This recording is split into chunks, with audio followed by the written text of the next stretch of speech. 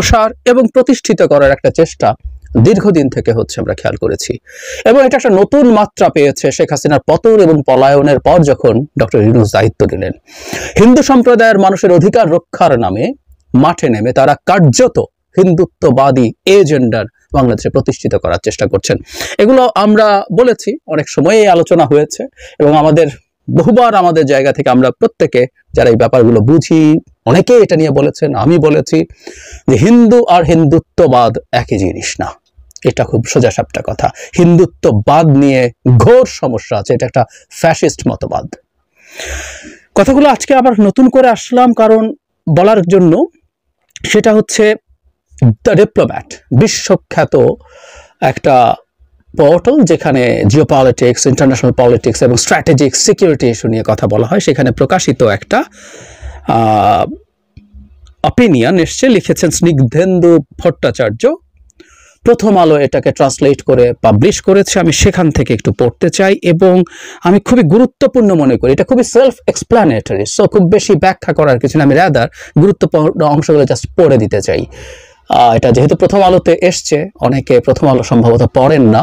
আমার মনে হয় এটা শোনার পর হলেও আপনারা যারা প্রথম আলোকে পছন্দ করেন না, প্লিজ একটু শুনবেন, কারণ এটা প্রথম আলোর লেখা না, এটা মূলত ডিপ্লোম্যাটের লেখা, এবং প্রথম আলো এটা পাবলিশ করারও নিশ্চয়ই কোনো সিগনিফিকেন্স আপনারা খুঁজতে পারেন, সেটাও দেখবেন। আমি একটু পড়ি, খুবই গুরুত্বপূর্ণ লেখা। এটা পড়ে ফেললেই আমার মনে হয় এটা বুঝতে পারবো। এটা শুরু হয়েছে ডক্টর ইউনূস দায়িত্ব নেওয়ার পর থেকে, যে হিন্দু সমাজের মানুষ, সম্প্রদায়ের মানুষ নামছেন, বড় বড় সমাবেশ করছেন, সেটা দিয়ে।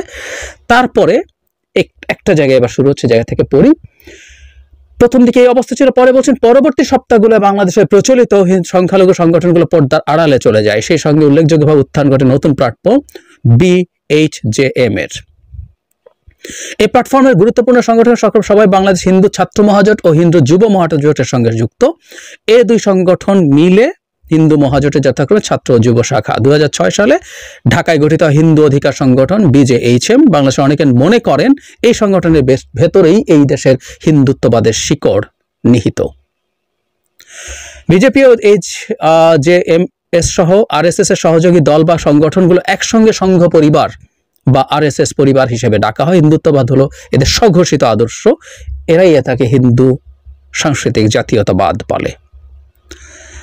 এরপর এটা যে ভারতের ভৌগোলিক সীমানায় আটকে নেই, অখণ্ড ভারতের কথা যেটা আমরা বহুবার বলেছি, সেটা এখানে উল্লেখ আছে। সবকিছু মিলে একটা অখণ্ড রাষ্ট্রের স্বপ্ন তারা দেখেন, সেটা নিয়ে বলেছেন।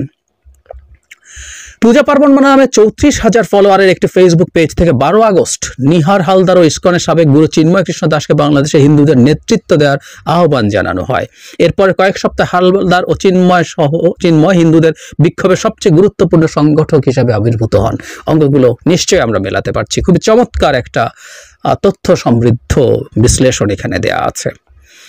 তারপর তারা বিভিন্ন জায়গায় যে বাংলাদেশে সপ্তাহব্যাপী বিক্ষোভের ডাক দিয়েছেন, সেটার কথা আছে। বিক্ষোভে হাসিনার আওয়ামী লীগ বা বিএনপি নেতাদের দৃশ্যত প্রভাব রাখার সুযোগ দেওয়া নিয়ে 30 সেপ্টেম্বর BHJM এ ভাঙন ধরে। এই ক্ষেত্রে হালদারের ভারত সফর মুখ্য হয়ে ওঠে। মধ্য সেপ্টেম্বরে ভারতে যান তিনি। ত্রিপুরা ও পশ্চিমবঙ্গে বিজেপি নেতাদের সঙ্গে নিজেদের বৈঠকের ছবি তিনি ফেসবুক পেজগুলোর একটি থেকে শেয়ার করেন, পরে পেজটি স্থগিত করা হয়।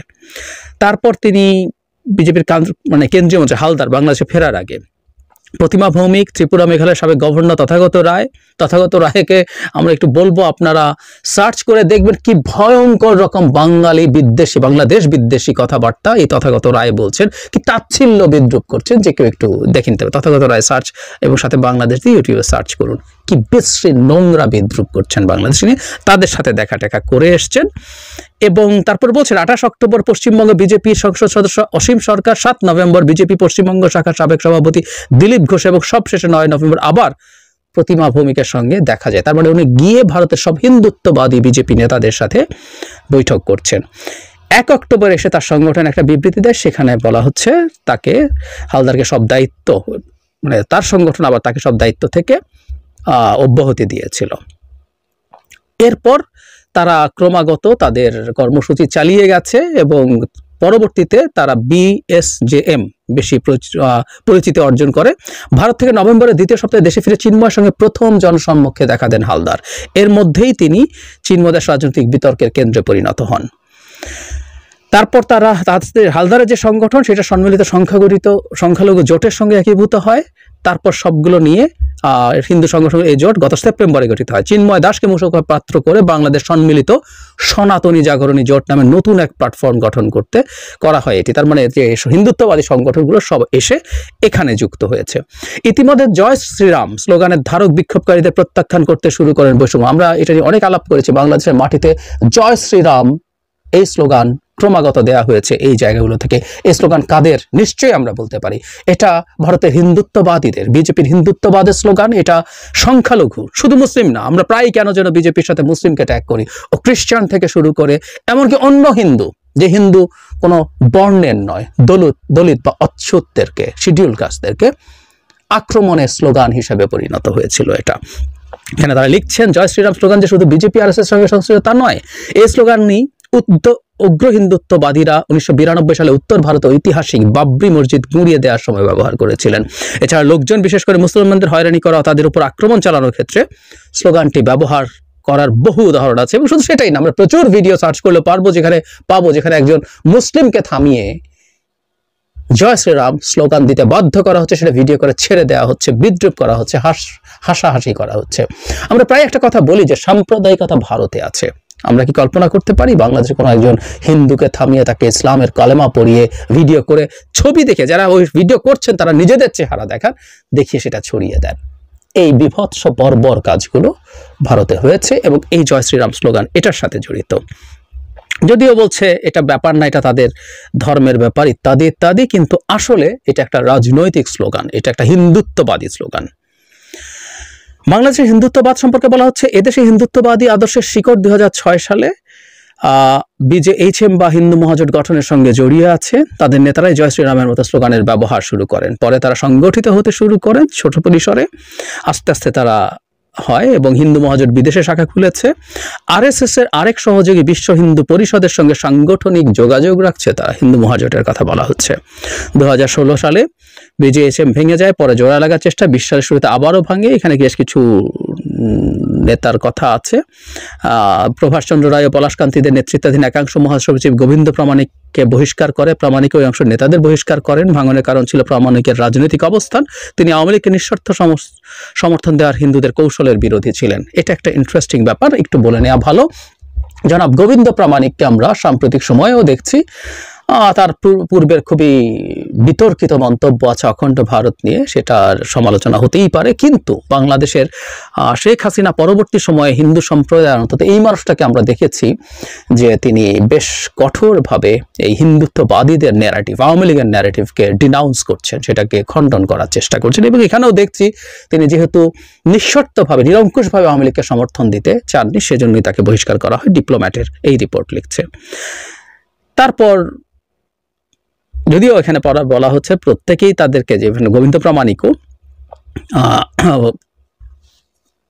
নিজেদেরকে হিন্দুত্ববাদের ধারক বাহক বলেন এবং গোবিন্দ প্রামাণিক সম্পর্কে বলা হচ্ছে তিনি বিএনপি এবং জামায়াতের সঙ্গে সম্পর্ক তৈরির চেষ্টা করেন। 2021 সালে গোবিন্দ প্রামাণিক হিন্দুদের ইস্যুতে ভারতের ভূমিকার সমালোচক হিসেবে আবির্ভূত হন। তিনি বলেন বাংলাদেশের হিন্দুদের উপরে অত্যাচার করার বিষয়টি RSS, বিজেপি ও BHPর বেশ কয়েকজন জ্যেষ্ঠ নেতার সামনে তুলে ধরা হলেও মোদীর সরকার শেখ হাসিনা সরকারকে খোশ মেজাজে রাখতে নমনীয়তা দেখাচ্ছে। অপর অংশ আওয়ামীপন্থী রয়ে গেছে, ফলস্বরূপ তারা ভারতপন্থী হয়ে গেছে। তারা মানে 21 সালেই কিন্তু গোবিন্দ প্রামাণিক এগুলো বলছেন এবং আওয়ামী লীগকে ডিনাউন্স করে কথাবার্তা বলছেন। এর পরবর্তীতে বলা হয়েছে বাংলাদেশে বিদ্যমান, আমি একটু স্কিপ করে পড়ছি, আমি রিপোর্টটা মন্তব্যে দিয়ে দেবো, আপনারা একটু পড়ে ফেলবেন। আবারও বলছি এটা খুবই সেলফ এক্সপ্লানেটরি, আমি শুধুমাত্র আপনাদের একটু আগ্রহ তৈরির জন্য এবং যারা পড়বেন না তাদের কিছু বেসিক ইনফরমেশন দিয়ে যাওয়ার জন্য করছি।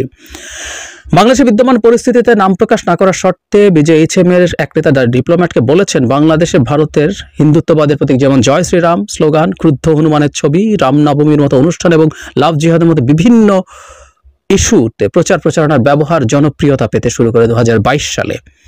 এই হিন্দু নেতা আরো বলেন 2021 সালের শেষের দিকে হিন্দুদের উপর হামলা অনেককে উগ্রত্ব হিন্দুত্ববাদ গ্রহণে পরিচালিত করেছে, যেমনটা ভারতে চর্চা করে RSS।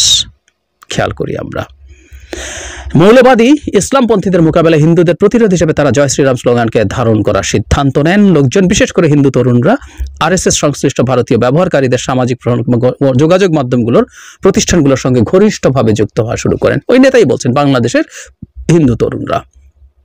এরপর রামনবমী বড় করে পালন করার কথা আছে। তারা হিন্দুত্ববাদী হিন্দু ছাত্র মহাজোট বাংলাদেশের প্রথম হিন্দুত্ববাদী ছাত্র সংগঠন হিসেবে পরিচয় দেয় 23 সালে। আমরা ট্রান্সফরমেশনটা খেয়াল করি, 23 সালে প্রকাশ্যে তারা ঘোষণা দিচ্ছে। হিন্দুত্ববাদ রক্ষা করে তাদের লক্ষ্য বলে জানায় মহাজোট। একটি অনুষ্ঠানে জোটের নেতারা বলেন, হিন্দুত্ববাদ তাদের আদর্শ ও জয় শ্রীরাম স্লোগান, শুধু এ কারণে তাদের বিজেপির সঙ্গে যুক্ত করা ঠিক হবে না। তাদের যুক্তি, তারা বাংলাদেশ ভিত্তিক সংগঠন যার কিছু আন্তর্জাতিক শাখা আছে, এবং এরকম প্রচুর তথ্য এখানে আছে। এখানে একটা কথা একটু বলি, যে জায়গাটা খুব ইম্পর্টেন্ট। এই সংগঠনের নাম শেষ অংশে পরিচয় প্রকাশে অনিচ্ছুক একজন সদস্য দাবি করেছেন, হিন্দুত্ববাদ হলো একটি হিন্দু ধর্মীয় আদর্শ। ভুল কথা, এটির কোনো সীমানা নেই। আরএসএস বা বিজেপির সঙ্গে আমাদের কোনো সাংগঠনিক যোগাযোগ নেই। তার আরও দাবি, ধর্মনিরপেক্ষ উদার সাংবাদিক ও বুদ্ধিজীবীরা বাংলাদেশের জামায়াতে ইসলামী, জামাতুল মুজাহিদিন বাংলাদেশকে আলাদাভাবে দেখেন। জামায়াত একটি রাজনৈতিক গণতান্ত্রিক দল ও দ্বিতীয়টি একটি সংগঠন, সন্ত্রাসী সংগঠন হিসেবে আখ্যায়িত করেন তারা।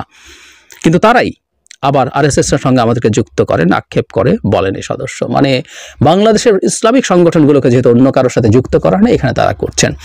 আমরা আসলে শুধু এটা দিয়ে না, আমি কনক্লুড এভাবে করতে চাই, হিন্দু ধর্মের মানুষ তাদের ধর্মীয় অধিকার, তাদের নাগরিক অধিকার, তাদের রাষ্ট্রীয় অধিকার, তাদের যে কোনো রকম মানবাধিকার রক্ষার জন্য রাষ্ট্রের কাছে দাবি জানাতে পারেন, এবং তারা যদি হিন্দু সম্প্রদায়ের মানুষ হিসেবে বঞ্চিত, অবহেলিত কিংবা নিপীড়িত হওয়ার মতো অনুভূতি তাদের হয়, তারা সেটার প্রতিবাদ করতে পারেন। কিন্তু বাংলাদেশে হিন্দুত্ববাদ মাথাচাড়া দেবে, মাথাচাড়া দেওয়ানোর চেষ্টা হবে, এটা স্রেফ ভারতের একটা নির্দিষ্ট রাজনৈতিক সংগঠন এবং রাজনৈতিক বর্গ, বিজেপি এবং আরএসএস স্বার্থকেই হাসিল করবে। আমাদের হিন্দু সম্প্রদায়ের সাধারণ মানুষরা এতে ব্যবহৃত হবেন, এই ঝুঁকি রয়ে গেছে এবং ক্রমাগত এই সম্ভাবনা বাড়বে। আমি বহু সময় একটা কথা বলেছি যে বিজেপি আরএসএস, আসলে বিজেপিকে সহজ করে বলা কঠিন, তার যে সাংস্কৃতিক সংগঠন যেটার বয়স 100 বছর হয়ে গেছে, সেই আরএসএস কথা আমরা যদি বলি, তারা রয়েই যাচ্ছে, এবং বিজেপি যতদিন ক্ষমতায় আছে তার হিন্দুত্ববাদী রাজনীতিকে মাথাচাড়া দিয়ে রাখার জন্য এবং তাকে আরো বহু জায়গায় হিন্দু কার্ড খেলার জন্য হিন্দুত্ববাদকে উস্কে দিতে হবে। বাংলাদেশে সেটা একটা বিরাট গ্রাউন্ডে পরিণত করা হচ্ছে। এটা একটা মারাত্মক ঝুঁকিপূর্ণ প্রজেক্ট।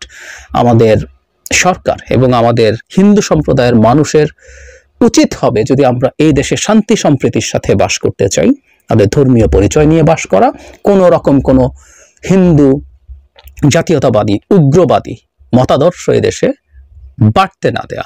বাংলাদেশে হিন্দু নয়, বাংলাদেশে ইসলাম ধর্মেরও যেসব উগ্রবাদী জাতিবাদী মতাদর্শ আছে, সেগুলো এই দেশের মানুষ গ্রহণ করে না, সংখ্যাগরিষ্ঠ মুসলিমরাই গ্রহণ করে না, এবং আমরাও চাই না তারা বাংলাদেশে শক্তি অর্জন করুক। ঠিক একই কথা সত্য হিন্দু এই ধরনের সাম্প্রদায়িক জাতিবাদী, টু সাম এক্সটেন্ট ফ্যাসিস্টও, আরএসএস একটা ফ্যাসিস্ট সংগঠন, সেই মতাদর্শ বাংলাদেশে প্রসার লাভ করুক। এটা সব সম্প্রদায়ের মানুষের জন্য। এরকম একটা কিছু ঘটলে ভারতের বিশেষ রাজনৈতিক দল এবং তাদের লোকজনের লাভ হতে পারে, সেটা এই দেশের হিন্দু, এই দেশের মুসলিম, এমনকি ভারতের হিন্দু, ভারতের মুসলিম কারোর জন্য লাভ হবে না। এই অঞ্চল অস্থিতিশীল হওয়ার পরিস্থিতি তৈরি হবে।